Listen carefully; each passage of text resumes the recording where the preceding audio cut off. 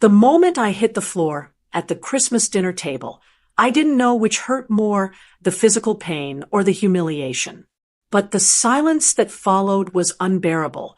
23 family members sitting around the table, and not a single person moved to help.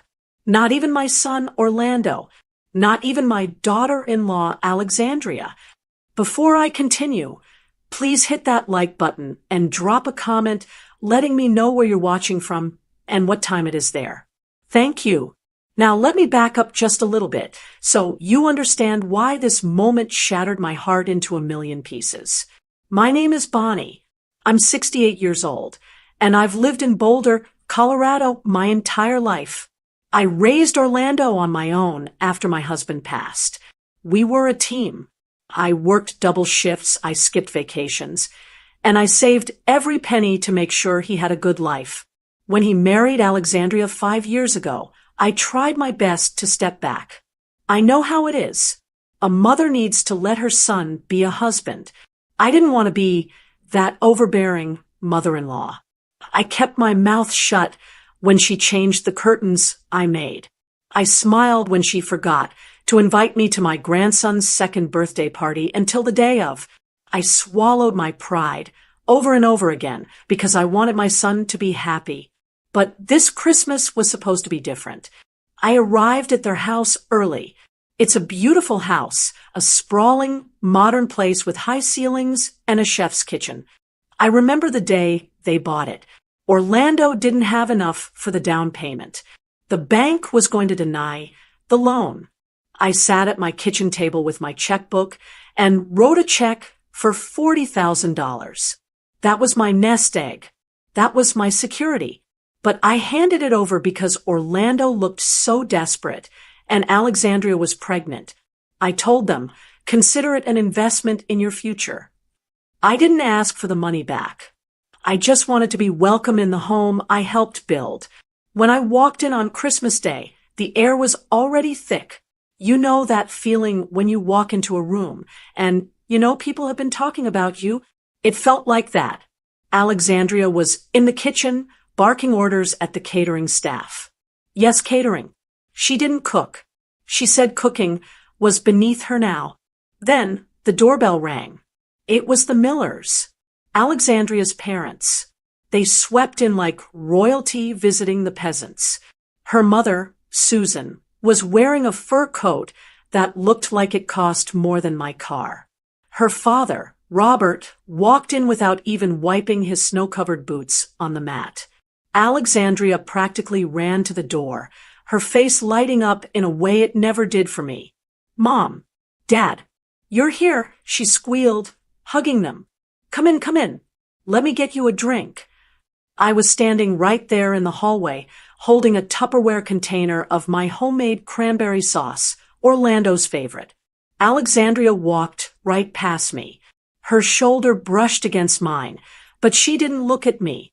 It was like I was invisible, like I was a piece of furniture. I took a deep breath. Keep the peace, Bonnie, I told myself. Do it for Orlando. I went into the dining room. The table was set beautifully, I have to admit. Crystal glasses, silver chargers, fresh pine centerpieces. There were 23 seats set. The whole extended family was there. Cousins, an aunt, some friends from their country club. I looked for my spot. For the last 5 years, even with the tension, I had always sat at the head of the table, to Orlando's right. It was a place of honor. It was the mother's seat. It was where I sat when I held Orlando on my lap as a baby, and it was where I sat when we celebrated his college graduation. I walked over to the chair. I placed my hand on the back of it. I was just about to pull it out when I felt it. A hand clamped onto my bicep. Hard. It wasn't a tap. It was a grip. I gasped and turned around. It was Alexandria. Her nails were digging into my skin through my wool sweater. She wasn't smiling. Her eyes were cold, flat, and hard. What are you doing? She hissed, but she said it loud enough for the people nearby to hear. I'm sitting down for dinner, Alexandria, I said, trying to keep my voice steady. This is where I always sit. She let out a short, sharp laugh. It wasn't a happy laugh. It was cruel. She didn't let go of my arm. Instead, she squeezed tighter and physically steered me away from the chair. She shoved the chair back under the table with her hip blocking me from it. "Oh, Bonnie," she said, her voice booming across the room. She wanted an audience. "Stop being so confused. It's getting embarrassing." The chatter in the room stopped. Forks froze halfway to mouths. The clinking of glasses ceased. Every single person turned to look at us. "This seat is for my parents," Alexandria announced, gesturing to the 2 seats at the head of the table. "They are our guests of honor. Mom, Dad, come sit here." I felt the blood drain from my face. "But where am I supposed to sit?" I asked. My voice sounded small to my own ears. I hated that. I wanted to sound strong, but I felt the floor crumbling beneath me. Alexandria rolled her eyes, like she was dealing with a toddler who wouldn't listen. She pointed a manicured finger toward the entryway, the hallway where the coats were hung.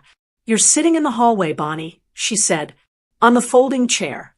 We didn't have enough room for everyone. And since you're family, I assumed you wouldn't mind making space for the important guests." Important guests. The words hung in the air like toxic smoke. I helped buy this house. I wiped her son's nose. I babysat her children for free whenever she wanted a spa day. And now, I wasn't an important guest. I was overflow. I was clutter. I stumbled back a step. The humiliation was so physical, it made me dizzy. I looked at the table. The Millers were already walking over, looking smug. Susan Miller smirked at me, a nasty little victory smile, as she placed her designer purse on the table right where my plate should have been. I looked for Orlando. He was sitting right there. He was 3 feet away. "Orlando!" I whispered. My son looked up. Our eyes met. I saw the conflict in his face. I saw his mouth open, just a fraction. I saw him grip his napkin. For a split second, I thought, here it is. He's going to stand up. He's going to tell her that you don't put his mother in the hallway. But then Alexandria turned her head. She didn't say a word to him. She just shot him a look. It was a glare so sharp it could cut glass. It was a look that said, "If you say one word, I will make your life a living hell." Orlando saw the look, and I watched the courage drain out of him like water from a cracked cup. He closed his mouth. He looked down at his empty plate. He picked up his fork and started adjusting it, pretending he didn't see me standing there with tears welling in my eyes. He chose silence. He chose her comfort over my dignity. That hurt more than the grip on my arm. That hurt more than the hallway seat. My son, the boy I raised to be a strong man, was a coward. The silence in the room stretched on. 23 people. Family members I had known for years. Neighbors. Not one of them stood up. Not one of them said, "Alexandria, that's not right." They were all afraid of her.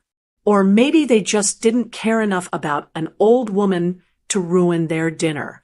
Alexandria gave me one last shove, a little push toward the door. "Go on, Bonnie. The food is getting cold. Don't make a scene. Don't make a scene."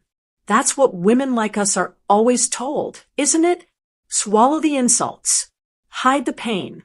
Be nice. I turned around. My legs felt heavy, like I was walking through wet concrete. I walked out of the dining room, past the warmth of the fireplace, past the laughter that was slowly starting to bubble up again as people relaxed, glad the awkward moment was over. I walked into the drafty hallway, and there it was, a cold, metal folding chair set up against the wall next to the coat rack. There was no placemat, no candle, just a paper napkin and a small side plate. I sat down. The metal was cold against my legs. From where I sat, I could see into the dining room. I saw Alexandria pouring wine for her mother. I saw her father laughing and slapping Orlando on the back. I saw my son forcing a smile, acting like everything was normal. I sat alone in the hallway of the house I paid for. But as I sat there, listening to the clatter of silverware and the happy chatter of a family that had easily erased me, something happened. The tears that were threatening to fall, they stopped. The sadness in my chest started to harden. It turned into something else. Something cold. Something sharp. They thought I was just a confused old woman. They thought I would sit here, eat my cold turkey, and cry myself to sleep. They thought I was powerless because I was sitting on a folding chair. They were wrong. I wiped my face. I straightened my back. I wasn't going to cry. Not today. If they wanted to treat me like an outsider, fine. But outsiders see things. Outsiders hear things. And sometimes when you push someone to the edge, you forget to watch what they're doing. I looked through the doorway. I saw Alexandria's purse sitting on the kitchen island, and right next to it, face up, was her phone. The dinner was just beginning, and so was I. I've sat in a lot of chairs in my life. I've sat in rocking chairs, soothing a feverish baby at 3 a.m. I've sat in hard plastic chairs in hospital waiting rooms, praying for good news. I've sat in the driver's seat of my old sedan, commuting to my second job, so my son could have braces. But I have never, in all my 68 years, sat in a chair as cold and unforgiving as that metal folding chair in my son's hallway. The front door was right next to me. Every few minutes, a draft would sneak through the crack at the bottom, wrapping around my ankles like ice water. I pulled my cardigan tighter around myself. I looked down at the plate on my lap. It was one of the small salad plates, not a dinner plate. There was a slice of turkey, dry meat from the breast, no dark meat like I prefer, and a scoop of mashed potatoes that had already formed a skin on top. No gravy, no stuffing, and certainly none of my cranberry sauce. It looked like a plate of leftovers you'd scrape into the trash after everyone had gone home. But the party wasn't over. It was just beginning. From where I sat, blocked from view by a large potted fern, I was practically in another time zone. But the acoustics in that house were funny. The high ceilings and the tile floors made sounds carry. I could hear the clinking of silverware against fine china. I could hear the pop of a cork. I could hear the laughter.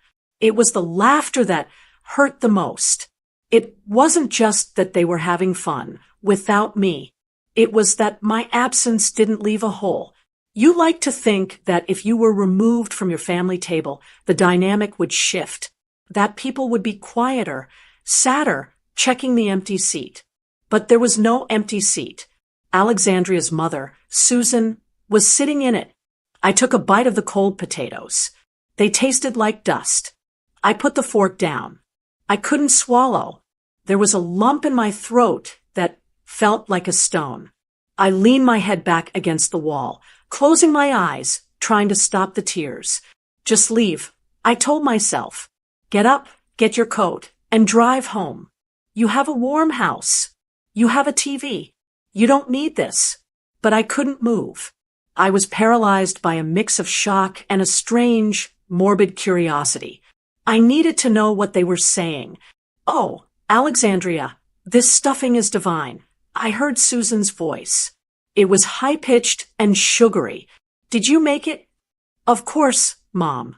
Alexandria lied smoothly. I knew for a fact the caterer made it. I wanted everything to be perfect for you and Dad. Well, it is, Susan said. Then her voice dropped, just a little, into that conspiratorial whisper women use when they want to gossip, but want everyone to know they're gossiping. Although, it is a shame about the situation. With her, I froze. My heart started hammering against my ribs. Her was me. I know, Alexandria's side. I could picture her rolling her eyes, playing the victim. I didn't know what to do. She's just been so difficult lately. Confused, you know? wandering around, forgetting where she's supposed to sit. It's exhausting. My hands clenched into fists on my lap. Confused, I managed my own finances. I drove myself everywhere. I volunteered at the library 3 days a week. I was sharper than half the people at that table. It's a sign. You know, Susan said, her voice dripping with fake sympathy. That's how it started with Robert's aunt. First, they get aggressive about little things, like a chair. Next thing you know, they're leaving the stove on. I've been telling Orlando that Alexandria said, and then she said the words that made my blood run cold. I don't think we can do this again next year. It's too much stress on the kids, seeing her like this. I've been looking at brochures. There's a place, Shady Pines, about 40 minutes away. If we start the paperwork in January, we can have her settled there by next Christmas. Then we can finally have a peaceful holiday. The air left my lungs. A home. They weren't just being rude. They weren't just pushing me to the side for a night. They were building a case. They were setting the stage to take away my freedom. Suddenly, the shove in the dining room made sense. The confusion comment, the isolation, it was gaslighting. If they could make everyone believe I was an aggressive, senile old woman who couldn't handle a dinner party, then no one would object when they signed the papers to lock me away. I looked down at my arm. I pushed up the sleeve of my sweater. There, on my bicep, was a red mark already starting to turn purple. It was the shape of Alexandria's thumb. This wasn't just a bad daughter-in-law. This was a predator. I was shaking now, but not from the cold. I was terrified. I looked at the front door. If I left now, I was proving them right. See? They would say. She stormed out. She's unstable. The door to the dining room creaked open. I quickly pulled my sleeve down and picked up my fork, pretending to eat. I didn't want them to see me scared. It was Orlando. He slipped into the hallway, closing the door softly behind him so the noise of the party wouldn't escape. He looked tired. His tie was loosened, and he had a glass of wine in his hand. He looked at me sitting on that metal chair, huddled in my coat, eating cold food. For a second, I saw shame in his eyes. I saw the little boy I used to tuck in at night. "Mom," he whispered. He didn't come close. He stayed by the door, like he was afraid of catching whatever disease had made me an outcast. Are you okay?" I looked at him. I looked at the man who used to promise me he'd buy me a castle when he grew up. "Am I okay?" I asked, my voice trembling. "Orlando, your wife physically removed me from the table. She shoved me, and now I hear her telling her mother that she wants to put me in a nursing home next year." Orlando flinched. He looked over his shoulder at the closed door, terrified that Alexandria might hear me. "Mom, keep your voice down," he hissed. He knelt down, but not to comfort me. He knelt down to silence me. "She didn't mean it like that. You're blowing things out of proportion. Alexandria is she's under a lot of pressure. Her parents are very demanding. She just wanted tonight to be perfect. And my perfection doesn't matter." I asked, "My dignity doesn't matter?" "Orlando, look at where I am sitting. I paid the down payment on this house." He rubbed his face with his hand. "I know, Mom. I know. And I appreciate it. But you have to understand the dynamic. If I stand up to her right now, it's going to ruin Christmas for everyone. The kids will get upset. Her parents will leave. It will be a disaster." He reached out and patted my knee. It felt patronizing. "Just please," he begged. "Just eat here. Relax. Read a magazine or something. When they leave, you can come back in, and we'll have dessert together. Just don't make a scene. Please. Do it for me. Do it for me." I had done everything for him. I had worked myself to the bone for him. I had given him my savings. I had given him my heart. And in return, He was asking me to sit in the cold and let his wife paint me as a senile nuisance, just so he didn't have to have an uncomfortable conversation. He stood up, looking relieved that I hadn't screamed. "Thanks, Mom. You're the best. I'll bring you a piece of pie later." He slipped back into the dining room. As the door opened, I heard a burst of laughter. Then the door clicked shut, sealing me out once again. I stared at the closed door. The weak apology broke my heart, but it did something else, too. It snapped the last thread of hope I was holding on to. I realized then, with crystal clarity, that no one was coming to save me. Orlando wasn't going to wake up and defend my honor. He was too afraid of losing his lifestyle, too afraid of his wife's temper. He would sign those papers to put me in a home if she told him to, just to keep the peace. If I stayed on this chair, I was a victim. If I went home, I was a victim. I looked at the bruising on my arm again. It throbbed. No, I thought, I am not going to Shady Pines. I pushed the plate of cold turkey off my lap and set it on the floor. I stood up. My knees popped, but I felt stronger than I had 10 minutes ago. The fear was evaporating, replaced by a cold, hard resolve. I wasn't the confused old woman they wanted me to be. I was the woman who raised a child alone on minimum wage. I was the woman who managed a household budget to the penny. I was the woman who saw everything. I remembered the phone. I remembered seeing Alexandria toss her phone onto the kitchen counter before she started drinking wine. I remembered how careless she was. And I remembered that she used my grandson's birthday as her passcode because she said it was the only date Orlando wouldn't forget. She thought I was helpless. She thought I was exiled. But the kitchen had a second entrance, a servant's entrance, off this very hallway. I smoothed my sweater. I wiped the few tears from my cheeks. I wasn't going to make a scene, not the kind Orlando was afraid of. I wasn't going to scream or cry. I was going to get the truth. I turned away from the folding chair and walked silently toward the kitchen door. The exile was over. The investigation was about to begin. The kitchen was quiet, a stark contrast to the roar of laughter coming from the dining room. It was a mess of dirty dishes and empty wine bottles, the aftermath of a feast I wasn't allowed to eat. I walked over to the sink, my hands trembling just a little, and poured myself a glass of tap water. My throat was dry, parched from the stress and the cold air of the hallway. Through the swinging door, I could hear them. The volume had gone up. Dessert was being served, probably the expensive tiramisu Alexandria ordered from the Italian bakery downtown. I could hear the clink of dessert spoons and the heavy, slurring voices of people who had been drinking since noon. "Oh, Alexandria, it's stunning."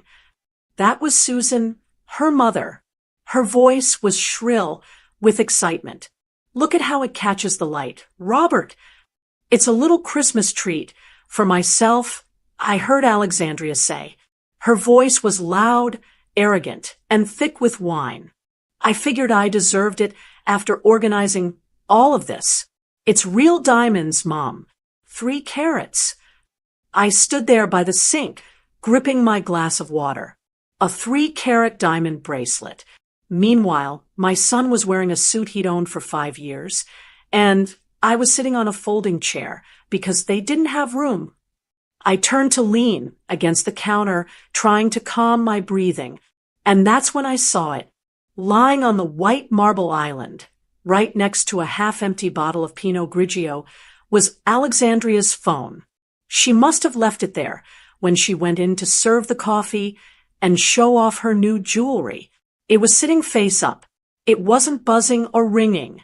It was just sitting there, a sleek, expensive device in a glittery case. I am not a snooping woman. I raised Orlando to respect privacy. I never read his diary. I never listened in on his phone calls. But tonight was different. Tonight, I had seen fear in my son's eyes. When he came out to the hallway, he didn't just look tired. He looked beaten. He looked like a man who was carrying the weight of the world and was about to collapse. I looked at the door. No one was coming. They were too busy admiring diamonds. I put my water glass down. I took a step toward the island. My heart was hammering in my chest, louder than the grandfather clock in the hall. Just check if he's okay. I told myself. Just see if there are nasty messages from bill collectors. If he's in trouble, maybe I can help him again. I reached out and pressed the side button. The screen lit up. Enter passcode. I stared at the keypad. I didn't know her code. Why would I? But then I remembered something. A few months ago, I was babysitting the kids, and Alexandria had called me, frantic, asking me to find a contact number in her iPad. She had shouted the code at me over the speakerphone.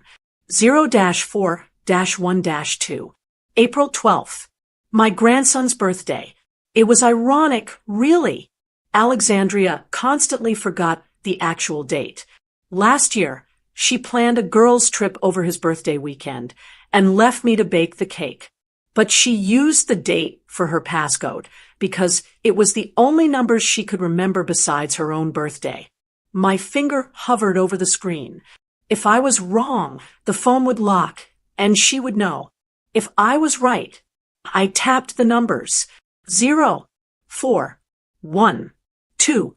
The lock screen dissolved. I was in. My hands were shaking badly now. I felt like a criminal standing in my son's kitchen, invading his wife's privacy. Hurry, I thought. Hurry before she comes back for more wine. I didn't go to her texts. I didn't go to her photos. I went straight to the folder marked Finance.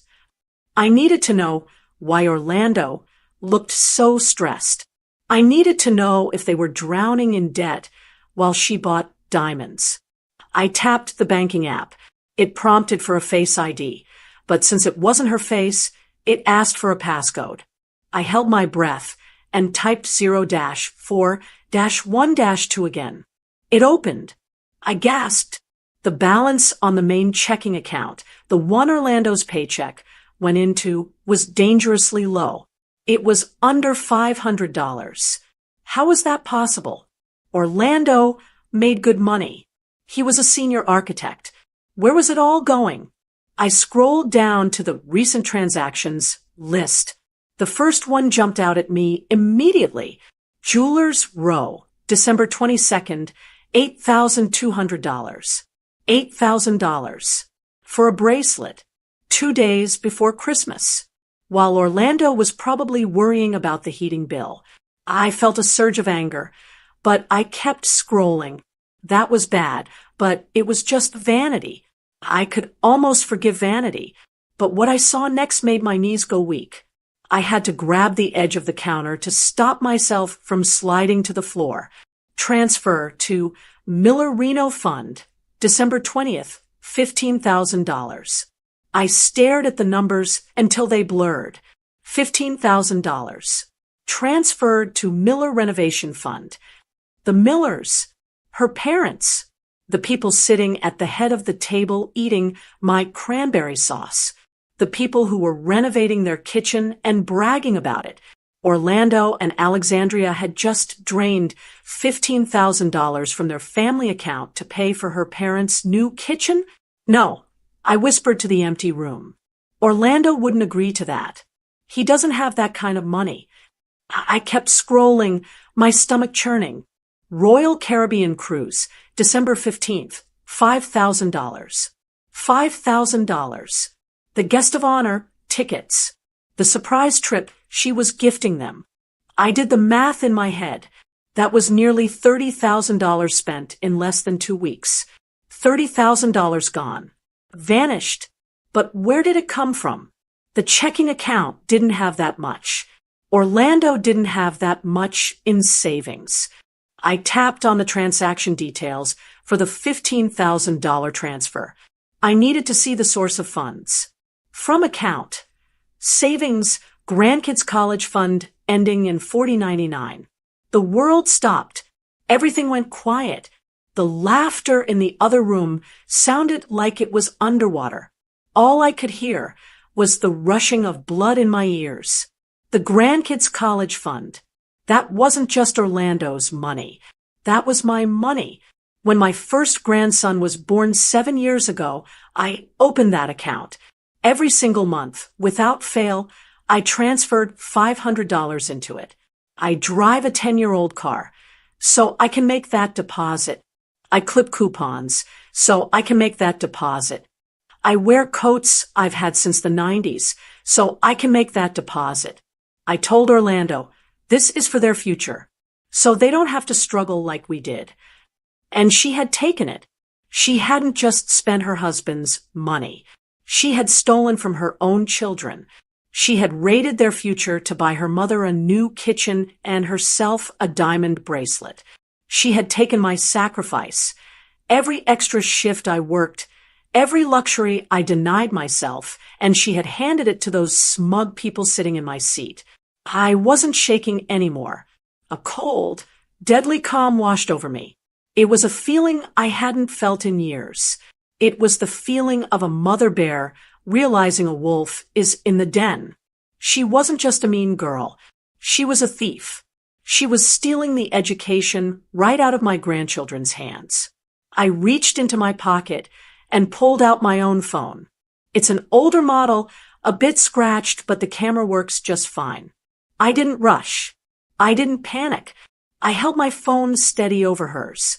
Click. I took a picture of the bracelet transaction. Click. I took a picture of the transfer to the Millers. Click. I took a picture of the cruise tickets. And then I clicked on the Grandkids College Fund, history showing the withdrawals. Click. I made sure the account number ending in 4099 was visible. I made sure the dates were clear. I captured it all. Every lie. Every theft, every betrayal. I closed the app on her phone. I wiped the screen on my sleeve to remove my fingerprints, just like they do in the detective shows I watch on Tuesday nights. I placed the phone back, exactly where it was, face up, next to the wine bottle. I slipped my phone back into my pocket. It felt heavy now. It felt like a weapon. I stood up straight. I took a sip of water, but I didn't feel the dryness anymore. I didn't feel the cold from the hallway. I felt a fire burning in my chest, hot and bright. Alexandria thought she had won because she had the seat at the head of the table. She thought she had won because she had the diamonds and the rich parents and the beaten-down husband. She didn't know that she had just handed me the one thing that could destroy her. The door to the dining room swung open. Bonnie, it was Orlando again. He was holding a small plate with a slice of tiramisu on it. He looked guilty, trying to offer me a peace offering. I brought you some dessert, he stammered, holding out the plate. Alexandria didn't want to save any, but I grabbed a slice before Mom Miller took seconds. I looked at the cake. I looked at my son. He didn't know. He had no idea that his wife had just mortgaged his children's future. I took the plate. My hand was steady. Thank you, Orlando, I said softly. He looked relieved. Are you okay to stay in the hallway a little longer? They're just finishing up coffee. Maybe another 30 minutes. I smiled at him. It wasn't a nice smile, but he didn't notice. Take your time, I said. I have plenty to think about. I walked past him, back into the cold hallway, back to my metal chair. I sat down, but I didn't eat the cake. I just sat there, patting the pocket where my phone was, waiting for the right moment to strike. The exile was over. It was time for the execution. It breaks my heart to see so many of you watching silently, just like Orlando sat silent at that table without subscribing. If you can't spare 1 second to support this channel, please tell me why in the comments. What have I done to deserve the silence? I sat back down on that cold metal chair, but something had changed. 10 minutes ago, I was shivering. 10 minutes ago, I was a heartbroken, Mother wondering what I had done wrong to deserve this exile. I was worrying about how I looked to the neighbors and whether I had embarrassed my son. But now, I didn't feel the cold. I didn't feel the draft coming from under the front door. The only thing I felt was heat. It was a slow, steady burn, starting in my chest and radiating out to my fingertips. It was the heat of absolute clarity. I wasn't the victim anymore. I wasn't the sad, displaced old woman eating leftovers in the hallway. I was the hunter, and they were the prey, feasting inside, completely unaware that the trap had already been set. I picked up my fork, but I didn't eat. I just held it, staring at the closed door to the dining room. I realized I had the perfect vantage point. From my chair, hidden by the fern and the coats, I was invisible to them, but they were not invisible to me. I could hear every word they said. And now that I knew the truth about the money, their words sounded different. They didn't sound like casual dinner conversation anymore. They sounded like confessions. "Oh, Robert, you should tell them about the kitchen." Susan Miller's voice drifted out. She was loud, the kind of loud that comes from expensive wine and entitlement. We finally picked out the slabs. Calacatta gold marble, imported from Italy. It's going to cost a fortune, but you can't put a price on quality, can you? "That sounds incredible," Susan Orlando said. His voice sounded forced, tired. "I bet it will look great." "Oh, it will be magnificent," Susan continued. "And the contractor said he can start right after the holidays. We just found the room in the budget, didn't we, Bob?" I heard Robert chuckle. "We sure did. It's been a good year. A very good year. A good year." My hand tightened around the fork until my knuckles turned white. Of course, it was a good year for them. They were renovating their kitchen with my grandchildren's college fund. That Calacatta gold marble wasn't paid for by Robert's hard work. It was paid for by my coupon clipping. It was paid for by the overtime shifts I worked at the library. It was paid for by the vacations I didn't take. Every time Susan bragged about a fixture or a finish, I mentally deducted it from the account balance I had seen on the phone. New marble counters? That's 2 semesters of tuition. Custom cabinetry? That's the books and housing for a year. They were parasites. That's the only word for it. They were sitting there, acting like wealthy aristocrats, when in reality, they were feeding off my son's labor and my savings. They were bleeding us dry, and they were laughing while they did it. Then Robert spoke up. "And don't forget the cruise, Alexandria. We are just so thrilled. We haven't been to the Caribbean in years." We were looking at the itinerary, Street Kits, St. Lucia. "It's going to be just what the doctor ordered for my arthritis." "I wanted you guys to have the best," Alexandria said. Her voice was slurred, but dripping with self-satisfaction. "You've done so much for us." Done so much? What had they done? They showed up once a year, criticized the food, drank the expensive wine, and left. I was the one who drove the kids to soccer practice. I was the one who stayed over when they had the flu. I was the one who wrote the check for the house they were sitting in. But to Alexandria, I was the burden, and they were the prize. I felt a vibration in my pocket. It was my phone. I pulled it out. It wasn't a text. I had just gripped it so hard I hit the side button. The screen lit up, showing the photos I had just taken. The evidence. I looked at the time. It was 7:45 p.m.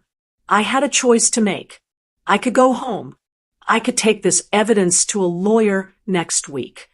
I could sit on it, plan a long, drawn-out legal battle, and serve them papers in January. That would be the safe thing to do. That would be the don't make a scene thing to do. But then I heard Alexandria again. "Oh, don't worry about the cost, Dad. We have plenty. Orlando got a huge bonus this year, didn't you, honey?" Silence. Orlando didn't answer. I knew he didn't get a huge bonus. He had told me things were tight. She was lying to her parents to cover the theft, or maybe she had lied to Orlando about where the money came from. I couldn't wait. If I waited until next week, who knows what else she would buy? A car? A vacation home? By the time the lawyers got involved, the money would be gone. Marble countertops are hard to return. Cruises are non-refundable. I needed to stop the bleeding. Now, I opened my text messages. I scrolled down to David, attorney. David was an old friend of my late husband. He wasn't just my lawyer. He was family. I knew he was probably at his own Christmas dinner, but this couldn't wait. My fingers flew across the keypad. I didn't care about typos. I cared about speed. David, Merry Christmas. I am sorry to bother you. It is an emergency. I have proof of massive fraud on the joint accounts. Alexandria is draining the grandkids' college fund. Please, I need you to freeze MY personal assets immediately, the ones she might have access to as a beneficiary. And can we freeze the joint trust first thing tomorrow? Call me as soon as you can. I hit send. I stared at the screen, watching the little delivered checkmark appear. Then I did something else. I logged into my own bank app. I checked my main retirement account. Thank God, it was still there. But I transferred a large chunk of my liquid savings, the money I kept for emergencies, into a separate, secure holding account I had set up years ago and never used. I changed the password right there, sitting on the folding chair. Access denied. Alexandria, I whispered to the screen. I put the phone down on my lap. I took a deep breath. Let me ask you something. If you were in my shoes, if you found out your daughter-in-law stole your grandchildren's money to give to her own parents, would you wait? Would you go home, sleep on it, and call a lawyer quietly on Monday morning? Or would you strike immediately? Would you walk into that room and burn their little fantasy world to the ground while they were still eating the dessert? I think you know what I decided. I wasn't going to wait for New Year's. I wasn't going to wait for Monday. I was going to do it now. I listened. The clinking of spoons had stopped. Well, Alexandria announced, her voice booming. I think it's time for gifts. Let's move to the living room. Orlando, get the camera ready. I want to capture everyone's reactions. Reactions, I muttered. Oh, you're going to get reactions, sweetheart. I stood up. I smoothed my skirt. I checked my reflection in the hallway mirror. I didn't look like a victim anymore. My eyes were bright. My posture was straight. I looked like a woman who was done being pushed around. I picked up the plate of cold turkey from the floor and walked over to the kitchen trash can. I scraped it in loud enough for them to hear if they were listening. I dropped the fork into the sink with a clang. Then I walked to the doorway of the living room. They were all moving there now, settling onto the plush sofas. The Millers took the main love seat. Of course, Alexandria was directing Orlando where to set up the tripod. Okay, everyone. Alexandria clapped her hands. Gifts time. Bonnie, you can come in for this part. Just stand in the back, so you aren't blocking the camera. Stand in the back. I walked into the room. The warmth of the fire hit my face. The smell of pine and cinnamon was overwhelming. I didn't stand in the back. I walked right into the center of the room, near the TV. Actually, Alexandria, I said, my voice was calm. Steady, louder than it had been all night. I think I'll stand right here. Alexandria turned to look at me, annoyed. Bonnie, please. We're trying to do a family video. I know, I said, holding her gaze. And I have something to contribute to the video. A little presentation I put together. She looked confused. A presentation? What are you talking about? Just some memories, I said, patting my pocket where the phone was. And some things I think the whole family needs to see. She hesitated. She looked at Orlando. Orlando shrugged, looking just as confused as she was. Fine, Alexandria sighed, checking her watch. Make it quick. Mom and Dad have a long drive. Oh, don't worry, I smiled. They won't be driving anywhere after this. I watched her face. She didn't catch the threat. She was too arrogant to see the knife coming. She just waved her hand at the TV. Go ahead, plug it in. But hurry up. I reached for the HDMI cable hanging from the side of the television. My hand wasn't shaking anymore. The strategy was simple. They used humiliation to push me out. I was going to use the truth to push my way back in. And I wasn't just going to reclaim my seat. I was going to reclaim my family's future. I plugged the phone in. The screen flickered to life. It was time. I had the HDMI cable in my hand. I had the evidence loaded on my screen. I was seconds away from exposing the truth that would shatter their comfortable little world. But just as I reached for the remote to switch the input, Alexandria's voice cut through the air like a whip. Wait, stop right there, Bonnie. I froze. Had she seen the screen? Did she know? I turned slowly. Alexandria was sitting on the arm of the plush beige sofa, a glass of red wine dangling dangerously from her fingers. She wasn't looking at the TV. She was looking at me with a smirk that made my stomach turn. We can't watch your little photo album just yet, she said, stressing the words like she was talking to a slow child. We haven't done the gift exchange. And I have something very special for you. I want you to open it in front of everyone. She patted the cushion next to her parents. Come on, don't be shy. I looked at the cable in my hand. I looked at the phone in my pocket. I could have pushed the button right then. I could have ended it. But a voice in my head, maybe it was instinct, maybe it was just pure cold curiosity, told me to wait. Let her dig the hole deeper. The voice said, let her show everyone exactly who she is one last time. I let the cable hang loose behind the TV stand. All right, I said, gifts first. I walked over to where the family was gathered. The seating arrangement was just as insulting as the dinner table. Robert and Susan Miller, Alexandria's parents, were sprawled out on the main sofa, the one closest to the fire. They looked like the king and queen of the castle, their feet resting on the coffee table. Orlando was sitting on the floor near the tree, looking small and tired. The kids were upstairs playing with their new video games. Thank goodness. I didn't want them to see this. There was no seat for me. Again, I stood near the fireplace mantel, folding my hands in front of me. Here, Alexandria said. She reached under the tree and pulled out a small, square box wrapped in silver paper with a massive red bow. She held it out to me. Merry Christmas, Bonnie. I picked this out myself. I think it's exactly what you need right now. The room went quiet.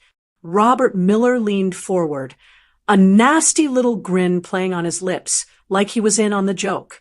Susan took a sip of her wine, watching me with hawk eyes. I took the box.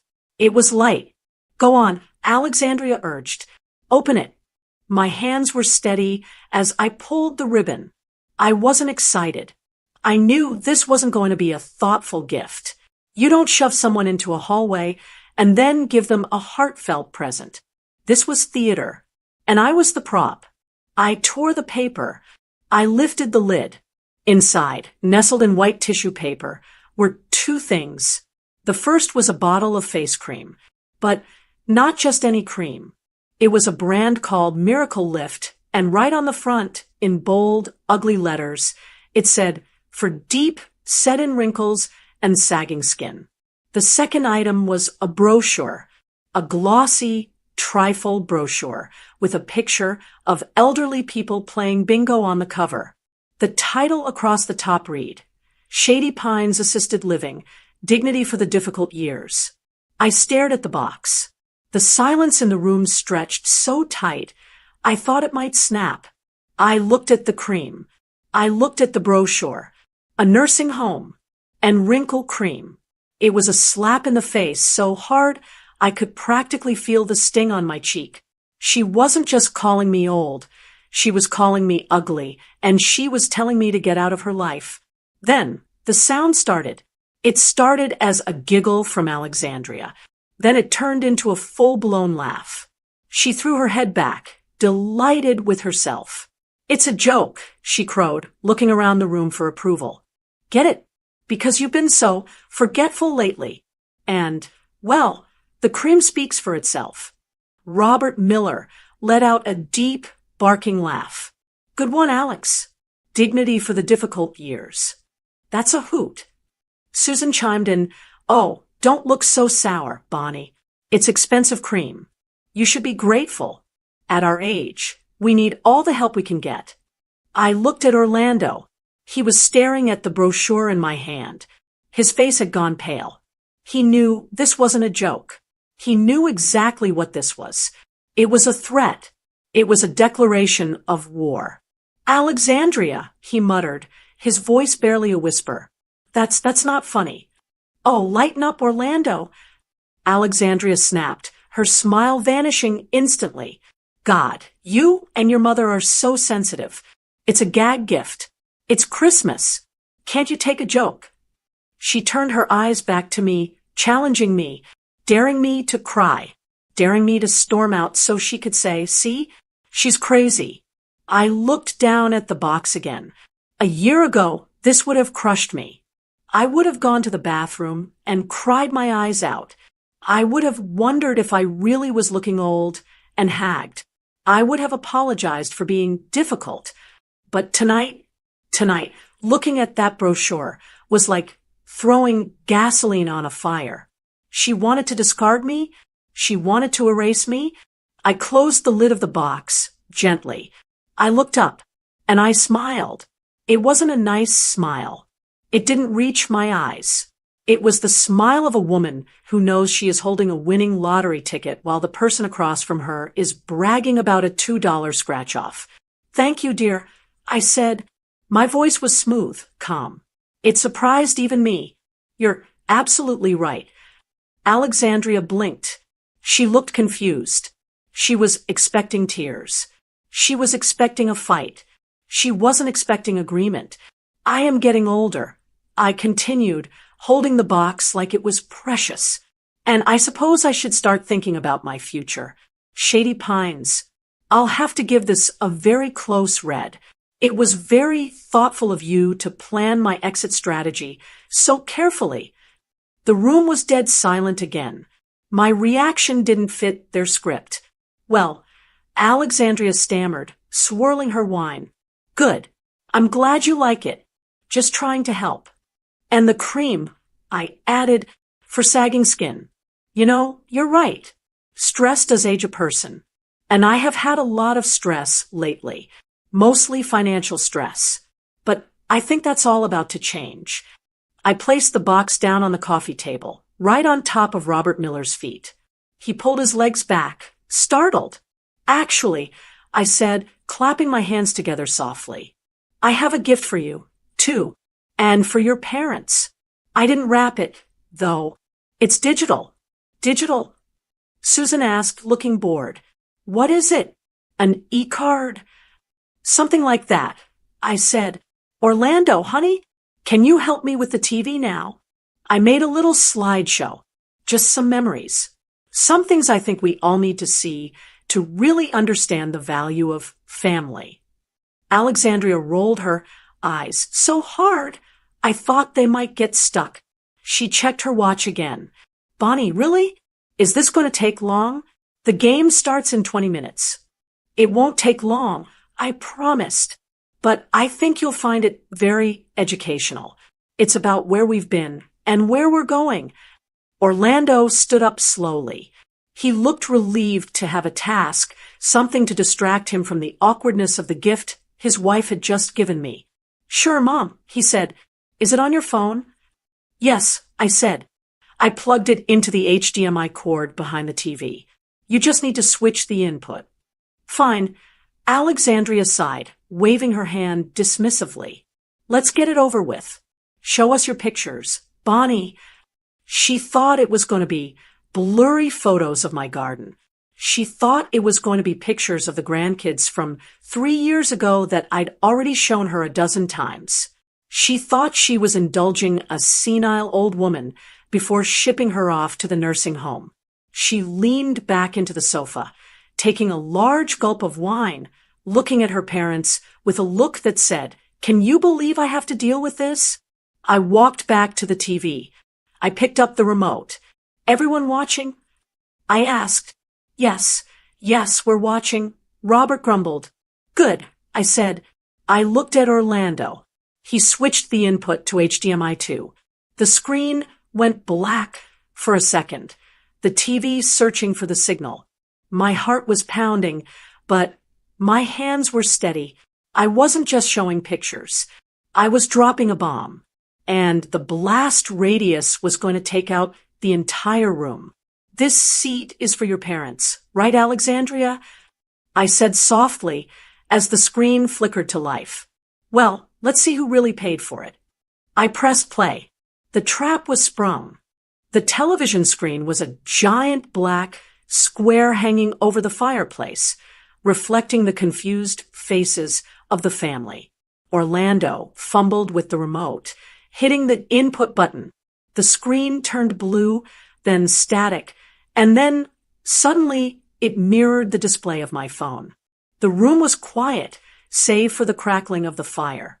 Alexandria was still leaning back on the sofa, swirling her wine, looking bored. She expected a blurry picture of a sunset or a photo of my cat. She expected me to embarrass myself with a low-quality slideshow. The first image popped onto the screen. It was a photo I had taken only an hour ago, back when I was still trying to be nice. It was a candid shot of Alexandria raising her glass for a toast. In the photo, she looked glamorous. The light caught the 3-carat diamond bracelet on her wrist, making it sparkle like a star. "Oh, look," Alexandria drawled, seeing herself. "At least you got my good side. See, Mom? That's the bracelet I was telling you about. Isn't it gorgeous?" "It's lovely, dear," Susan said, squinting at the TV. "Very tasteful." "It is tasteful," I said from my spot by the mantel. My voice was soft, conversational. "And it certainly should be for the price." I tapped the screen of my phone in my pocket to advance to the next slide. The picture of Alexandria vanished. In its place, a stark, white screenshot appeared. It was high definition. The text was black and crisp. It was the banking transaction I had captured in the kitchen. December 22nd, Jewelers Row, $8,200. Status, cleared. Account, joint mortgage holding. The silence that followed wasn't the awkward silence of a bad joke. It was the suffocating silence of a bomb that has just landed but hasn't exploded yet. Alexandria blinked. She sat up straighter, squinting at the screen. What is that?" I saw Orlando freeze. He was sitting on the floor, his back to the TV. But he saw the reflection in the mirror opposite him. He whipped his head around to look at the screen. He knew that account. He knew that balance. "That," I said, pointing to the screen, "is the receipt for the bracelet you're wearing, Alexandria. You told Orlando you bought it with your bonus. But that says joint mortgage holding. Isn't that the account Orlando said was too low to pay the property taxes last month?" Orlando scrambled to his feet. He walked toward the TV, like he was in a trance. "Wait," he whispered. 8,000? That account is for the house payments.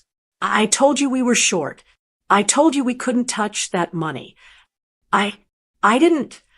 Alexandria stammered. Her face turned a blotchy red. "That's not. Bonnie, where did you get that?" "I found it on the phone you left unlocked in the kitchen." I said simply, "But don't worry, there's more."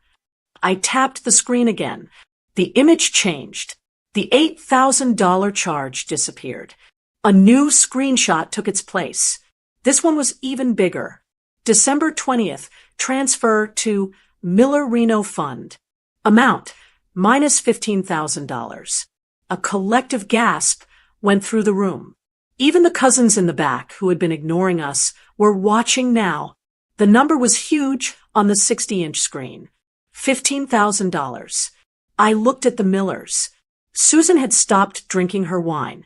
She was holding the glass with both hands, staring at the TV, with wide, terrified eyes. Robert had pulled his feet off the coffee table. He looked like he was about to be sick. The Miller Renovation Fund. I read the words off the screen. Susan, isn't that wonderful? You were just telling us about your new Calacatta gold marble countertops. It sounds like a dream kitchen. I thought. Orlando's voice cracked. He turned to his in-laws. You told me you were paying for that renovation with your retirement savings. You said business was booming. It is. Robert sputtered, his face sweating. We just needed a bridge loan. Alexandria offered. We didn't ask for it. A bridge loan? I asked. Interesting, because looking at the next line, I don't see a loan agreement. I swiped to the next image. This was the one that mattered. This was the one that would end it all. It was the detailed view of that $15,000 transfer. It showed exactly where the money came from. Source: Savings Grandkids College Fund, ending in 4099. I let that image sit there. I let the words burn into their retinas. Grandkids College Fund. I said, my voice dropped an octave. I wasn't shouting. I didn't need to. The truth was loud enough. That is the account I have been putting $500 a month into for 7 years. That is the money I saved by driving an old car. That is the money I saved by skipping vacations. That is the money for my grandchildren's education. I turned to look directly at Orlando. She didn't just spend your money. Orlando, I told him. She stole from your children to buy her mother a kitchen. The reaction was instantaneous. No, Alexandria screamed. It was a feral, panic sound. She launched herself off the sofa, throwing her wine glass. Red wine splashed across the white rug, looking like blood, but nobody cared. She lunged for the TV, trying to cover the screen with her hands, as if she could physically block the truth from existing. Turn it off, she shrieked. Turn it off right now. She's lying. She photoshopped it. She's crazy. Don't look at it. She was clawing at the TV, her diamond bracelet scratching against the screen. She looked deranged. The perfect hostess mask had completely fallen off, revealing the desperate, greedy child underneath. Orlando, she yelled, turning to him. Don't listen to her. She's trying to ruin us. She's jealous. She's senile. But Orlando wasn't looking at her. He was staring at the screen, reading the words Grandkids College Fund over and over again. His face went through a transformation. The confusion vanished. The fear vanished. The cowardice vanished. In its place was pure, unadulterated horror. And then rage. He looked at his wife, who was frantically trying to unplug the HDMI cable. He looked at his in-laws, who were shrinking into the sofa, looking for an exit. You stole the kids' money? Orlando asked. His voice was quiet, but it was terrifying. You took the money Mom gave us for the boys. I was going to put it back. Alexandria sobbed, realizing the photoshopped lie wasn't working. It was just a loan. My parents needed it. They deserve nice things too. Why does your mother get to control everything? She doesn't control anything. Orlando roared. It was the first time I had ever heard him yell at her. She sits in the hallway. She sits on a folding chair. The room was in chaos. The aunt was whispering loudly to the cousin. The kids were thumping around upstairs, wondering what the noise was. Alexandria was sobbing, sliding down the wall beneath the TV, clutching her knees. I didn't move. I stood my ground by the fireplace. I was the eye of the storm. I looked at the Millers. They were trying to stand up, trying to gather their coats and their dignity, but they had neither left. Sit down, I said. It wasn't a request. It was an order. And, surprisingly, they sat. I walked over to the TV. Alexandria scrambled away from me like I was a witch. I unplugged the phone calmly. The screen went black, but the damage was done. The images were burned into everyone's minds. I turned to face them all. I looked at the empty seat at the head of the table where Susan had been sitting all night. I looked at the brochure for the nursing home that was still lying on the coffee table. You said that seat was for your parents because they are family? I asked, looking down at Alexandria. I pointed to her parents, who were now looking at the floor, unable to meet my gaze. Well, I hope they enjoy the seat, I said, my voice cutting through her sobs, because my retirement money just paid for it, and I want it back. I looked at Orlando. I want it all back. Every penny. Or I am calling the police. Tonight. Orlando looked at me. He nodded. You'll get it back, Mom, he said, his voice shaking. I promise. He turned to his wife. The look of love was gone. There was only disgust. Give me the bracelet, he said. What? Alexandria gasped, clutching her wrist. Give me the bracelet, Orlando repeated, and get your parents out of my house. It truly breaks my heart to see that 70% of you listened to my story, but haven't joined our family yet. Subscribing, sharing, and liking the video is free for you, but it keeps this channel alive. If you really can't find it in your heart to support me, please tell me why in the comments. I'll be reading them, hoping to understand. You know that saying, beware the fury of a patient man? Well, I had been patient for 5 years, but my son Orlando, he had been patient for a lifetime. He had spent his whole marriage walking on eggshells, trying to keep Alexandria happy, trying to keep the peace, trying to be the husband she demanded he be. He had made himself small so she could feel big. But looking at that TV screen, seeing the proof that his wife had looted his children's future, something inside him finally snapped. It was like watching a dam break. Alexandria wasn't done fighting, though. People like her never admit they're wrong. They just scream louder. Orlando, are you seriously listening to her? She shrieked, backing away from him.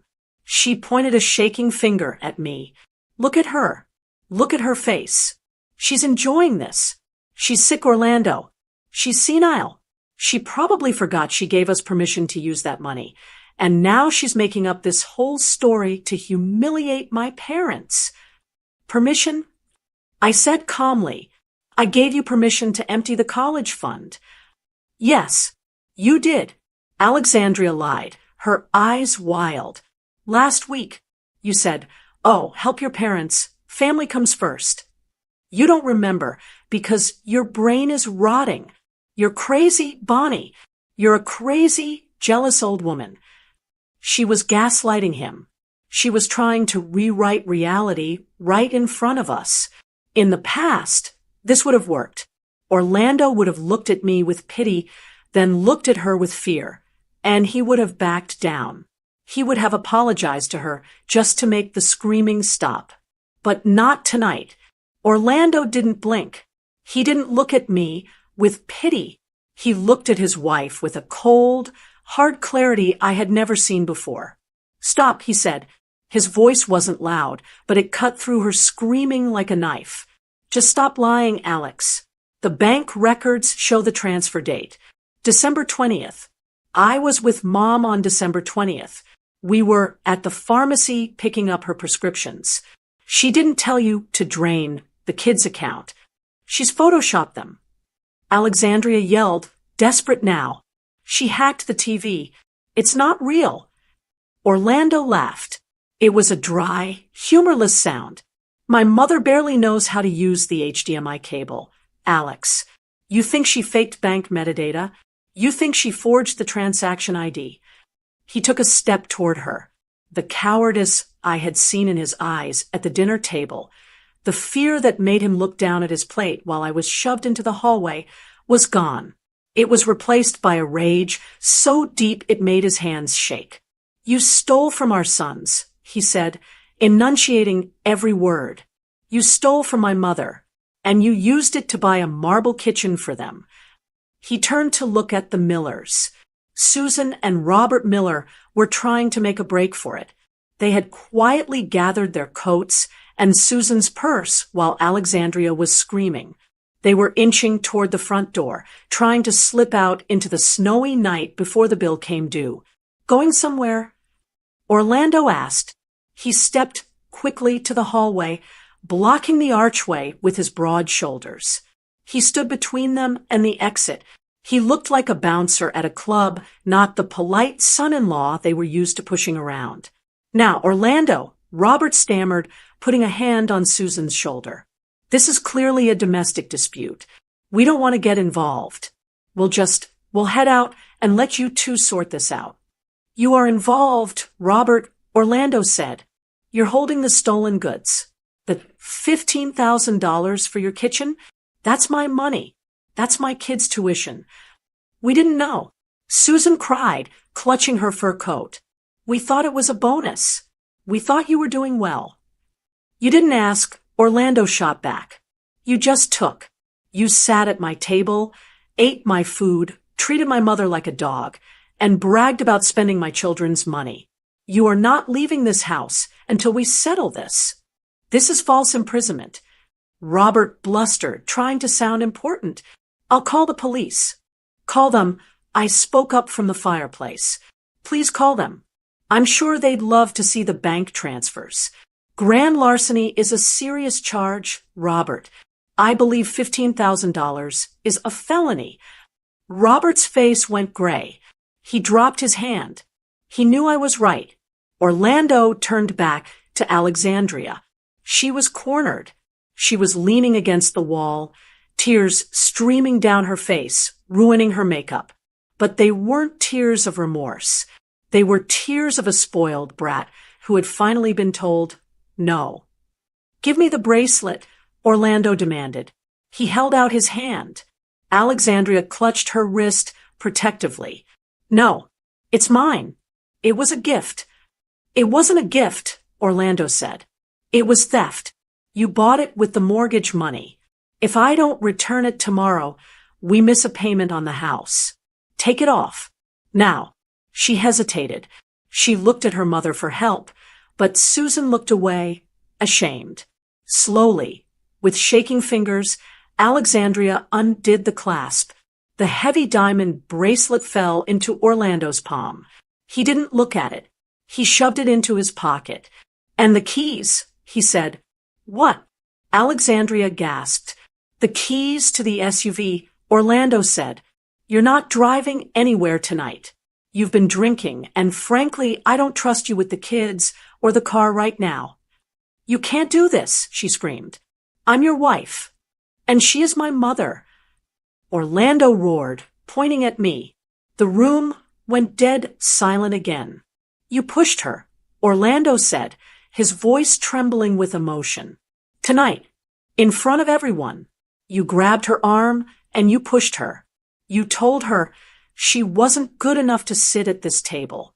You put her in the hallway on a metal chair." He took a breath, his eyes filling with tears. "I let you do it," he whispered, the guilt washing over him. "I let you do it because I was weak, because I thought if I just gave you what you wanted, you'd be happy. But you're never happy, are you? You just take. You took my money. You took my dignity. And you tried to take my mother away from me by sticking her in a home." He looked at the brochure for Shady Pines lying on the table. He picked it up and crumpled it in his fist. "My mother is not going anywhere," he said firmly. "But your parents, they are leaving. Right now." He turned back to the Millers. He opened the front door, letting the freezing wind blow into the warm house. "Get out," Orlando said. "Don't come back until you have a check for $15,000. If I don't see that money by Monday, my mother is pressing charges. And so, am I? Orlando, be reasonable. Susan started. Out. Orlando shouted. It was a sound that shook the rafters. The Millers didn't argue anymore. They scrambled out the door, heads ducked, slipping on the snow in their haste. They looked small. They looked cheap. They looked exactly like what they were, thieves in fancy clothes. Orlando slammed the door, shut behind them. The sound echoed like a gunshot. He turned back to the living room. Alexandria was standing there, stripped of her parents, stripped of her bracelet, stripped of her car keys. The power couple facade was gone. She was just a woman standing in a mess of her own making. Go upstairs, Orlando told her. His voice was flat. Go to the guest room. I don't want to look at you right now. Orlando, baby, please, she tried, using her soft voice, reaching for his arm. He pulled away from her touch like it burned him. Don't touch me. Go upstairs. Be grateful I'm not kicking you out into the snow with them. She looked at him, then she looked at me. She saw the resolve in his face. She saw the victory in mine. She let out a sob, turned around, and ran up the stairs. We heard the bedroom door slam a moment later. The house was finally quiet. Orlando stood there for a long moment, staring at the floor. His shoulders were heaving. He looked exhausted, but he also looked taller. He looked like the man I raised. He turned to me. His eyes were red. Mom, he said, his voice breaking. I am so sorry. I walked over to him. I didn't say, I told you so. I didn't lecture him. I just opened my arms. He collapsed into a hug, burying his face in my shoulder, sobbing like he was 5 years old again. I held him tight. I patted his back. It's okay, I whispered. It's over now. You found your voice, Orlando. You finally found your voice. He had kicked them out. He had taken back control. It was the hardest thing he had ever done, but he did it. The breaking point had come, and instead of breaking him, it had finally fixed him. The silence that followed was heavy. It wasn't the awkward silence of the dinner table, and it wasn't the terrified silence of the confrontation. It was the silence of a battlefield after the cannons have finally stopped firing. The house was empty of guests. The Millers were gone, their tire tracks already filling up with fresh snow in the driveway. The cousins and the aunt had slipped out the back door during the shouting, not wanting to be part of the police report. It was just me and Orlando. My son sat on the sofa, the same spot where his father-in-law had been casually resting his feet on the coffee table just 20 minutes ago. Orlando had his head in his hands. His elbows rested on his knees, and his whole body was shaking. He wasn't just crying. He was weeping. It was a deep, guttural sound, the sound of a man who realizes he has been asleep at the wheel while his life crashed into a ditch. I walked over to the fireplace. The fire was dying down, turning into glowing embers. I picked up the crumpled brochure for Shady Pines from the floor. I smoothed it out on the mantel. I didn't throw it away. I wanted to keep it. I wanted a reminder of exactly how close I had come to losing everything. I'm sorry. Orlando choked out. He didn't look up. Mom, I am so sorry. I walked over and sat down next to him. I didn't hug him yet. He needed to say this. I saw her push you, he whispered, wiping his face with his palms. I saw her grab your arm. I saw the look on your face, and I did nothing. I just sat there and ate my potatoes. Why, Orlando? I asked gently. Why did you let her treat me like that? Why did you let her treat you like that? He looked at me then. His eyes were swollen. Because I was a coward. I told myself I was keeping the peace. I told myself that if I just gave her what she wanted, the house, the cars, the money, she would finally be happy. I was so afraid of a broken home that I let her break us instead. He took a shaky breath. But tonight, seeing that transfer, seeing that she stole from the boys, it woke me up. I almost lost you, Mom. I almost let her push you out of my life because I was too weak to stand up. I reached out and took his hand. It was cold. You didn't lose me, I said firmly. But you need to understand something, Orlando. This can never happen again. I squeezed his hand hard, making sure he looked me in the eye. I love you more than life itself. I have sacrificed everything for you. But I have dignity. I am a human being. I will never be treated like furniture in this house again. I will not be shoved into a hallway. I will not be silenced. I paused, letting the words sink in. If she stays, I said, tilting my head toward the ceiling where Alexandria was hiding, then I go. I won't go to Shady Pines, but I will go.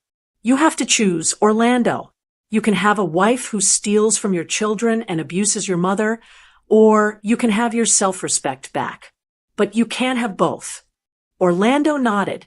The tears had stopped. His jaw set in a hard line. She's not staying, he said quietly. Not like this.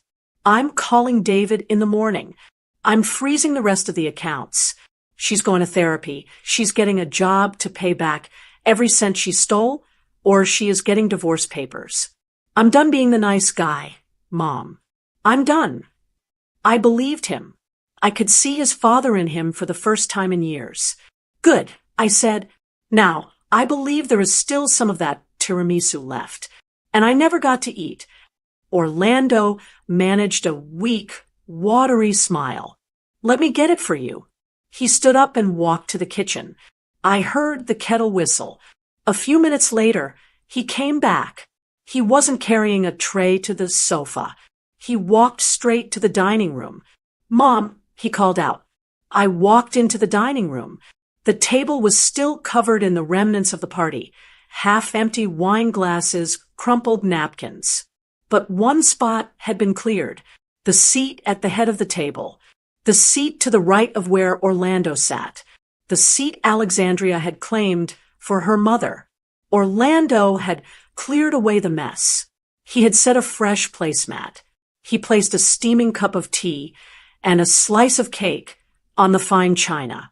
He stood behind the chair and pulled it out for me. Your seat, Mom, he said softly. I walked over. I sat down. The chair was comfortable. The tea was hot. The house was quiet.